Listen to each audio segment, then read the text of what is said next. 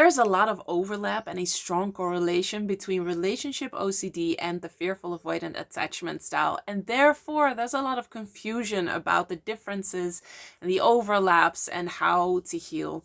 I am Pauline, and I am so happy you are here because on this channel we talk about the fearful avoidant attachment style a lot, but that can very much coexist with different things, and relationship OCD is definitely one of them.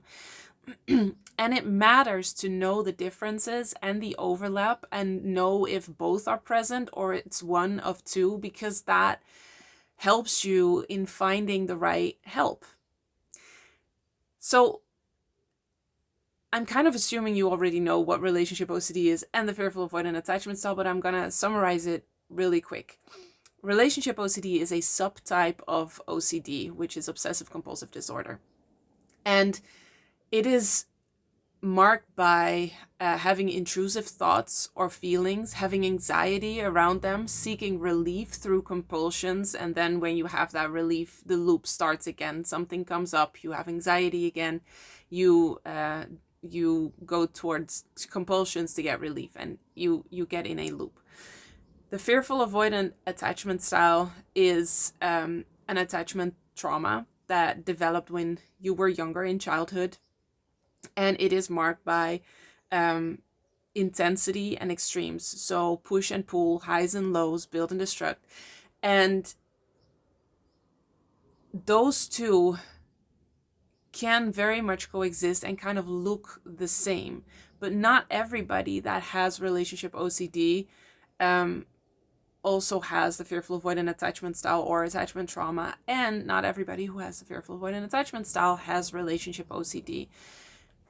It can develop, relationship OCD can develop in many ways. And if you have the risk factors like genetic predisposition, biological differences in threat detection, so that's actually your brain detecting threat in a different way. We all detect threat in a different way, and you can have just a different brain wiring that allows your brain to pick up threat faster. High intolerance of uncertainty. Perfectionism is a big one when it comes to relationship OCD, and an overactive error monitoring system. So you detect really quickly whether something is wrong, and it's actually so sensitive that sometimes it detects something is wrong when it's not really wrong. Kind of like when you have an autoimmune system, your autoimmune system is so overactive that it starts attacking things that are not a threat. You could say, in a way, that OCD does that with not food or anything in your body, but with thoughts and feelings.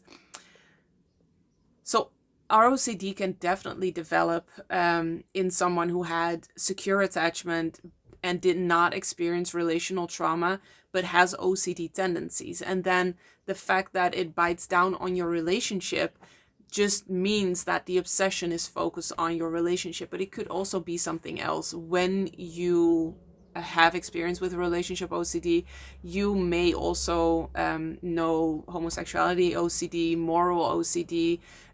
There's many subtypes. I have a video on that too, the different subtypes of OCD.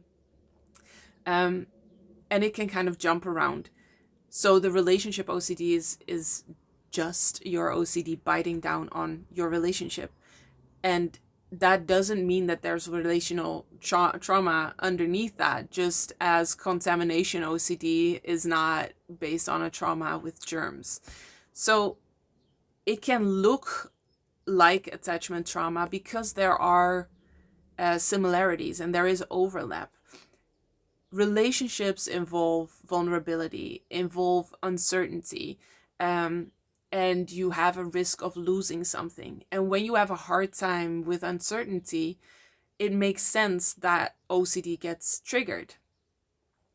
And you start protecting yourself by asking, do I love them enough? And am I in love enough? And you kind of suppress your feelings just because you're so afraid of losing something or of making a mistake or doing something wrong. That's where the perfectionism comes in. So that's an intolerance of uncertainty and trying to get certainty by protecting yourself and by checking for reassurance. It's not necessarily a trauma response, but it can be. And that's why this is complex. And that's why it's important to kind of know the difference and to know whether they coexist or whether it's just one of two. Because in many cases, there is some form of trauma that underlies OCD. There is a strong correlation. So it also does coexist a lot. A lot of fearful avoidants struggle with relationship OCD at some point. So even though they're different, and you can absolutely develop OCD when you had a secure attachment, there is definitely a higher chance with this attachment style of developing OCD. And then relationship OCD makes sense because your fearful avoidant attachment style gets activated in relationships, and so also your OCD tendencies, which then are relationship OCD tendencies, kick in also. A few differences to kind of see what is activated right now is asking yourself, is the primary driver intrusive obsession and compulsion? Are you really trying to seek relief?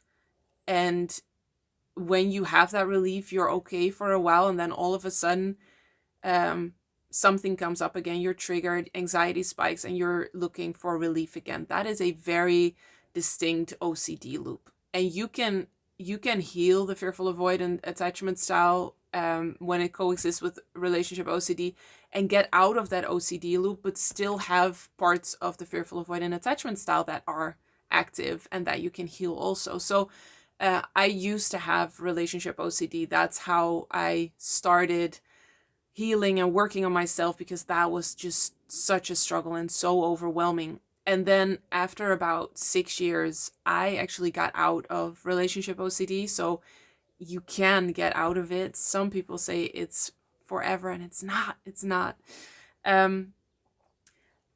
But I was still struggling with a lot of other things from the fearful avoidant attachment style. I still had a lot of anxiety. I was very afraid of making mistakes. I did not really allow any stability in my life. So there were a lot of highs and lows and a lot of chaos, even if that was just inner turmoil. So that was still the fearful avoidant attachment style, which had been the driver and the cause of my relationship OCD, but I didn't have the compulsion seeking and the relief seeking mechanism anymore. That loop was gone. So when the primary driver is intrusive obsession, intrusive thoughts, and seeking relief through compulsions, relationship OCD might very much be active. If the primary driver is the fear of intimacy and relational trauma, so you just notice yourself pushing people away, pushing your partner away, pulling them back in, you experience highs and lows in your mood and your feelings and your emotions, that is a mark of the fearful avoidant attachment style. When reassurance reduces anxiety, that is an OCD pattern. When closeness activates either shutdown or pushing somebody away, that's a fearful avoidant pattern. So it's patterns,